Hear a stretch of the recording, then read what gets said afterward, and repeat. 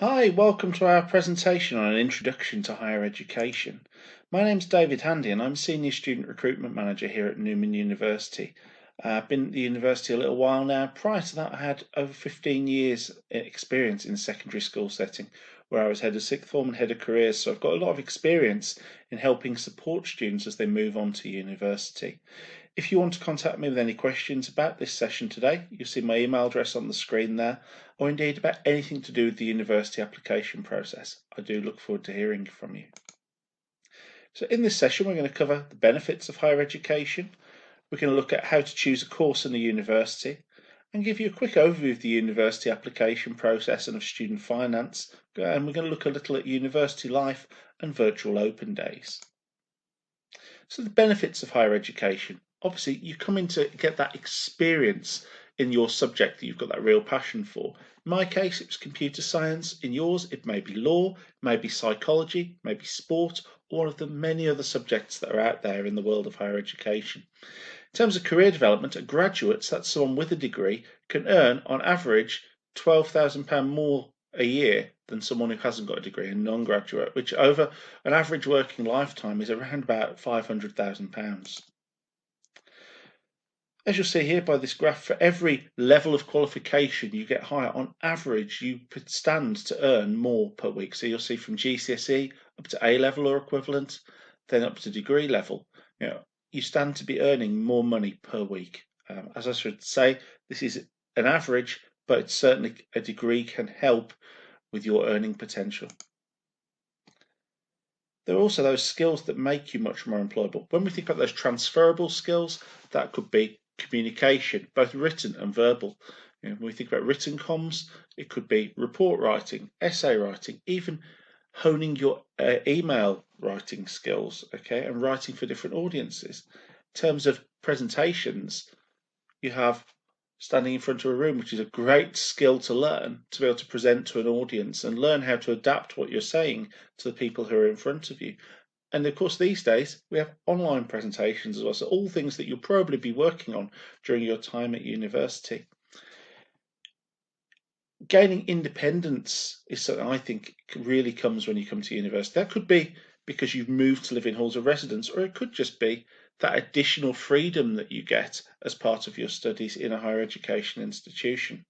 I've got friends who perhaps moved into halls of residence when they went to university, and they will say it very much meant that they had to learn to cook, clean, wash, iron, and all those skills, which have stood them in good stead as they've moved forwards in their life.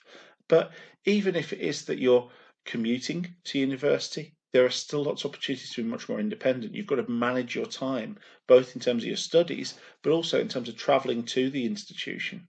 It also stands to be the first time in your life when you're going to be budgeting for yourself. With student finance, you get that money, your maintenance loan, in 3 instalments across the year. So it's making sure that you don't overspend. Certainly in the day when I was head of sixth form, I always used to say to my students, make sure you don't spend all your money on takeaways in the first couple of weeks. And I do really think university helps to develop self-confidence, okay, both in terms of your presentation, but also in your abilities as a student and as a professional. And I think it gives you very much an awareness of what it is that you're good at and what that you'd like to develop further on in your career. So the research process into the world of universities, and that starts today.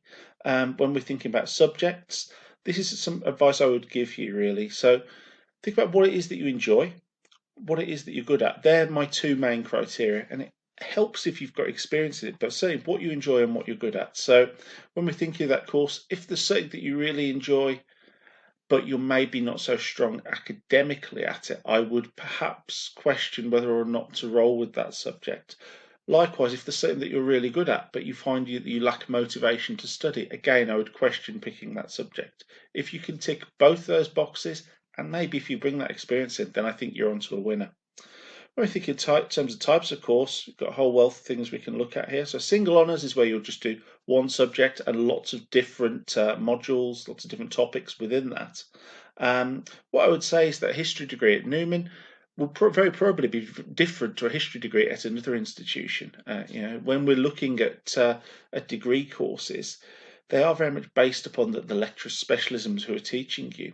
So it's important that you have a look around and make sure that the topics that are being covered are the things that you want to learn. A joint honours is where you can maybe do two subjects together. So let's say psychology with counselling. Sandwich courses, they're not courses in sandwich making, you'll be disappointed to hear. These are courses with a significant amount of work experience. The way a sandwich program works is that you do year 1 and 2 at university. Year 3, you spend the whole year out doing a work placement in a real life company working on real life projects before you return to university for year 4. At Newman, we do things slightly differently. In year 2, on all of our 3-year undergraduate programs, our students complete a work experience module. Okay, so it's something really that to help them as they move into the world of work, to help build contacts and help develop the skills that they're looking for in the workplace. In terms of foundation pathways, at Newman we've got two different routes. So you have foundation degrees, which are the equivalent of level 4 and level 5. So the first 2 years of a normal undergraduate degree. And you can find information about where we offer those on our course guides on our website. We also offer the top-up year, so the level 6. So I know some of you watching this presentation may be in colleges. You may well have done a HND, which takes you up to level 5. So you might want to come and do the level 6 with us. And in a range of our subjects, we do offer those top-ups. Again, further information can be found on our course pages. Foundation years are slightly different. If perhaps you're approaching an undergraduate degree and you haven't quite got the entry requirements to come onto that, a foundation year could be a good way to help boost those skills and get the required qualification to move on to a normal undergraduate degree. Again, at Newman, we have those across a range of our subjects. When we're thinking about where to study, you've got a range of options here. So you could stay local, you could perhaps move away, perhaps move into halls of residence, or indeed, you could go and study abroad, which is certainly an option for some students. Where to begin that research? Obviously, you're watching this video today. On the Newman website, you find lots of information about our courses and our institution. But if you go onto UCAS, or the University and College Admission Service, they're the people who administer applications to university. On their website, they have got a course finder, and on there you can search by the course subject name, by the location, or indeed for that university. And from UCAS, you'll find links to the university websites, and you'll find out a bit more about those entry requirements. You can choose from more than 50,000 courses out there, over 400 institutions. So there really are endless choices, and I hope that you take the time to do some very effective research to make sure the institution that you're going to is going to be the institution for you. Again, let's say history is an example here when choosing a course. You can do just a course in history. Okay, and like I said earlier, a course in history at one institution will be different to a history at another university. But you can also specialise, and these are just some of the specialisms that you can take history in here in the UK.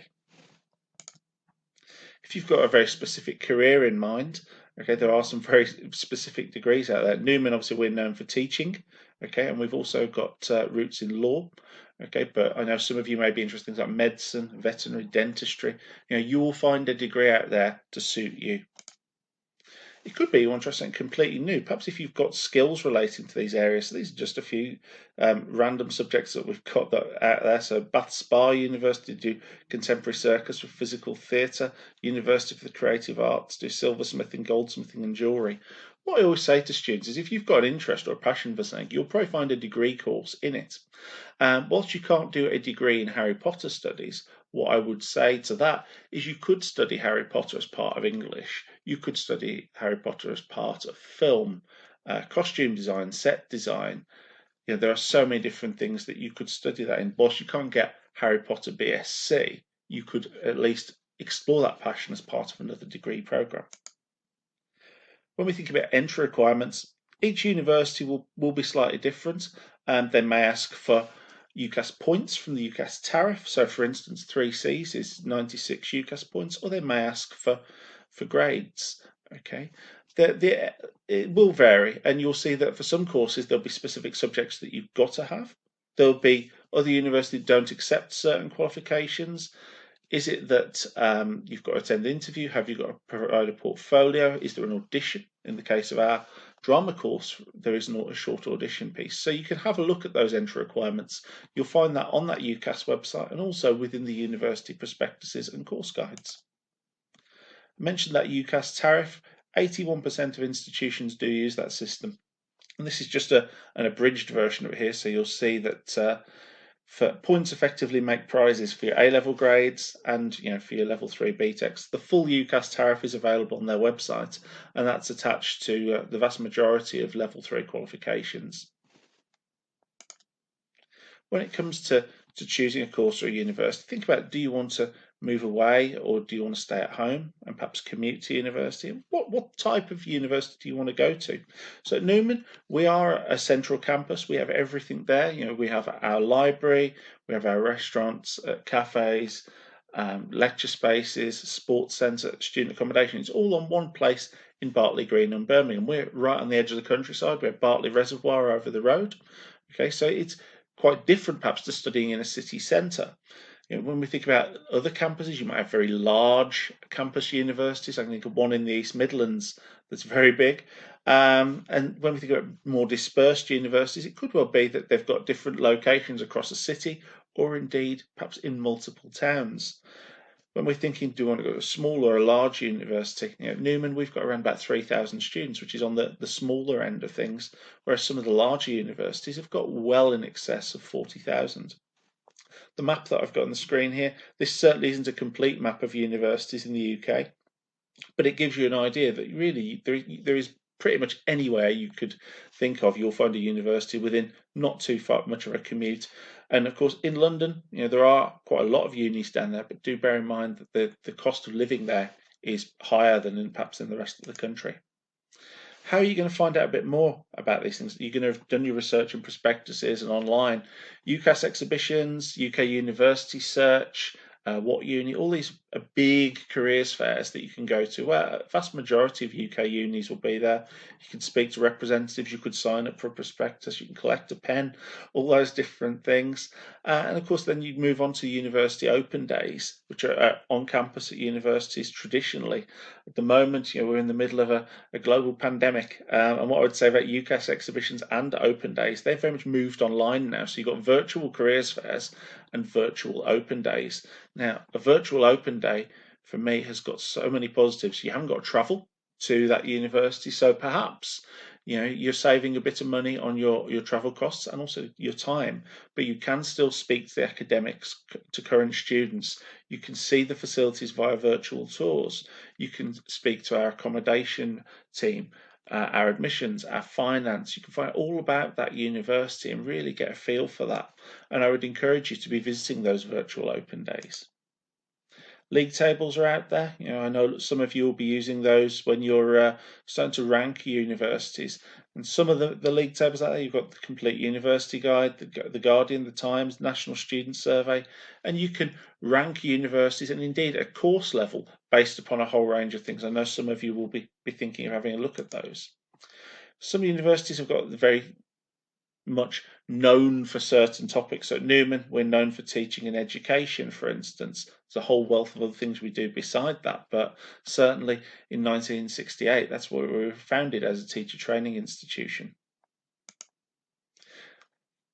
The UCAS application process, I'm going to talk you through this. So normally you register with UCAS. I would say if you're currently in school or college, this is normally done towards the end of year 12, perhaps the start of year 13. You then go on to apply online. You've got up to 5 choices you can put on that form. Those 5 choices should all be in the same sort of subject area because you can only write one personal statement. So it's very hard. You couldn't really apply for geography, biology, film studies, psychology and computer science because that would look a really cluttered application. However, you could apply for 5 courses in the area of sport, for instance, and that could be 2 or 3 at the same university and a couple at another, or it could be 5 completely different universities.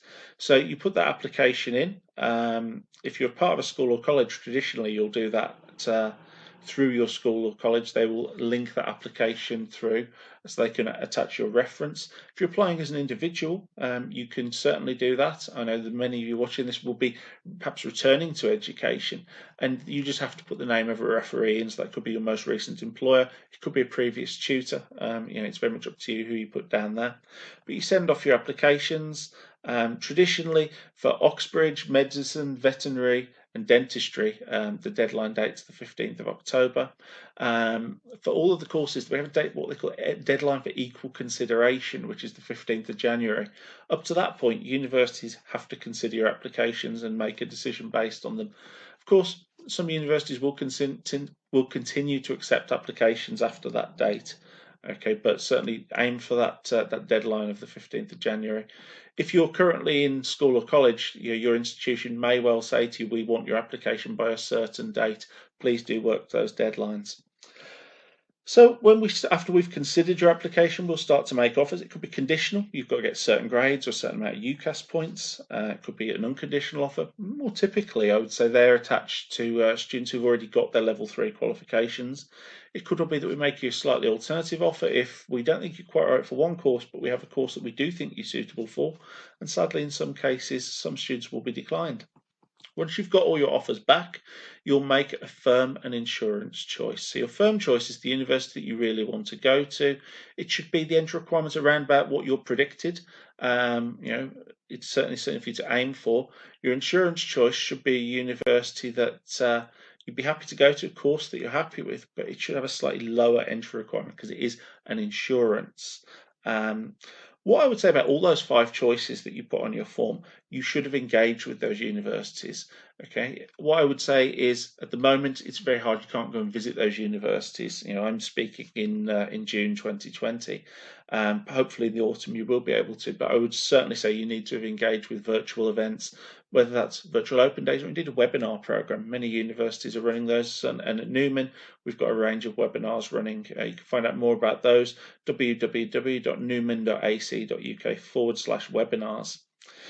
If you haven't got any offers or you choose to withdraw from all those courses, in February time, there's a system at Opens called UCAS Extra where you can apply to universities on an individual basis through UCAS Track. So, for instance, you're interested in psychology and you approach us through UCAS Track and ask if we would consider you. If we say yes, great. We would probably make you a conditional offer based upon the grades you're going to get. But if we were to decline you, you go back into that pool and then you can go to another university and ask the same question. At around that time, in February, is also when the student finance application window will tend to open. Moving forwards a few months, you get to the end of year 13 and you get your results issued normally in August. At that point, hopefully you'll get your university course confirmed. If perhaps things haven't quite gone to plan, all is not lost. Okay, there's a system called clearing which helps to match students who haven't yet found a university and course with universities that have still got vacancies on their courses. You'll find there's a broad range of universities in there, from your Russell Group universities through to your medium and perhaps lower tariff institutions as well. Okay, so all is not lost. Universities, we're here to support you through that. I know those of you who are currently in school or college, you will have teaching staff and advisors who'll be there to support you as well. So don't think that just because you haven't got the grades that you required for your first choice, that all is lost. It really won't be. You can explore and find other opportunities out there. So in terms of the UCAS application form, you register with UCAS. If you're currently in a school or college, they'll give you something called a buzzword, which will link your application to that institution. Do remember it is an application, so capital letters for your name and your address and all that kind of thing. So I've certainly seen applications where people look as though they've written them in a hurry, and almost as though they're writing a text message to their friends. You put your choices on, you put your education in there, and what I would say with that is that when you put in your qualifications in, have your results certificates in there, perhaps for your GCSEs, so that you can transpose the details of the exam board, the name of the subject onto there. And you also need to enter the details of anything that you're currently studying. If you've been employed, whether that is a part-time job, a Saturday job, you can put that onto here. Or if indeed you've got a more significant amount of work experience, you can indeed indicate that onto your form. Your personal statement is 4,000 characters or 47 lines, where you're going to tell our admissions tutors why you should be allowed onto that course. You'll find further videos on our website regarding that, and also we do run live webinars on that topic. There'll be a reference. If you're currently in education, that's normally provided by your head of sixth form or your tutor. As I said earlier, if you're coming back to the world of learning, it could be from your most recent employer, or it could be from an academic who's worked with you previously.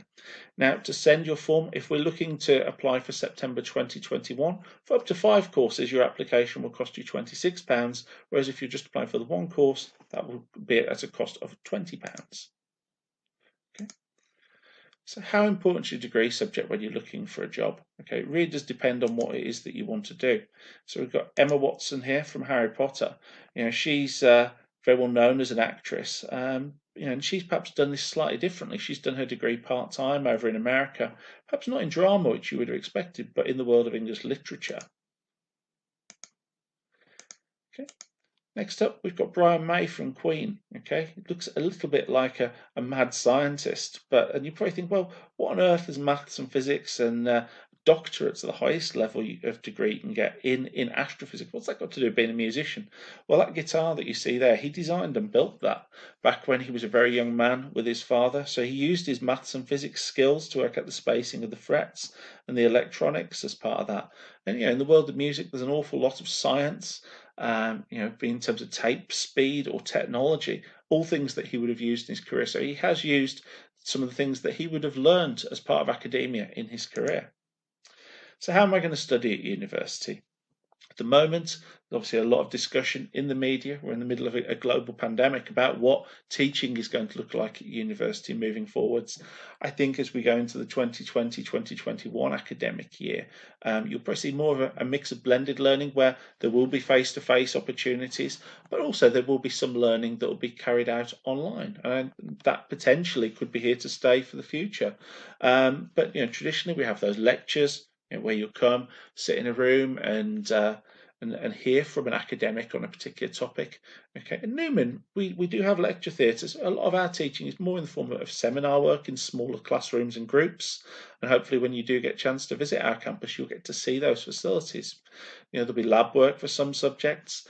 There'll be lots of independent study, whether that's in our library, whether it's that you're studying at home, but there'll be an awful lot of independent study, certainly a significant amount more than you would have been doing perhaps at level 3. There are opportunities to study abroad, and as I mentioned earlier, lots of opportunities for work placements as well.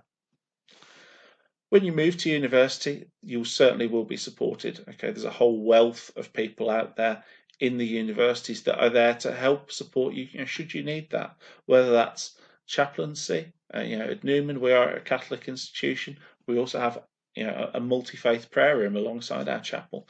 We have our careers teams. We have student support who are there to help you with counselling and other such things. Again, you see all the other opportunities here that we've got. Again, you'll find out more about that on our website. The Students' Union, certainly when I went to university, the Students' Union was the place that people went to organise the social activities. And certainly our Students' Union organised some fantastic events, in our facilities. They've got some brilliant things that they run, quiz nights, party nights, live music. They organise all that, but they're also there to be a critical friend to the university, and they've got elected officers who are there to help support you, the student body, and champion your causes and things that matter to you, to us as an institution. They are your voice. Universities all have societies, and these are just some examples that you'll see. So gaming, People and Planet. I believe one of the universities in Birmingham has got a curry club. What we say at Newman is, if there is a society that we haven't got, if you can find five like-minded people, then our Students' Union will help you to support to start that up. In terms of sport, I know that sport's going to be very important for some of you, and those facilities at Newman. We've got 2 gyms, we've got a spinning suite, a squash court, a sports hall, and we've also got an all-weather outdoor pitch. Okay, we do participate in the British Universities and Colleges Sports League, but we do have sports clubs and societies that are more for fun. Whereas in our sports centre as well, you might find classes that you can sign up for. What I would say as well, if you come and live in our halls of residence, you actually get a free gym membership in our gymnasium, which certainly is very good value for money. When we think about student finance, this is a very, very, very big topic, and you can find videos about student finance and indeed webinar sessions that we run as well to really dispel some of the myths that are out there. The words debt and loan are very emotive subjects for people.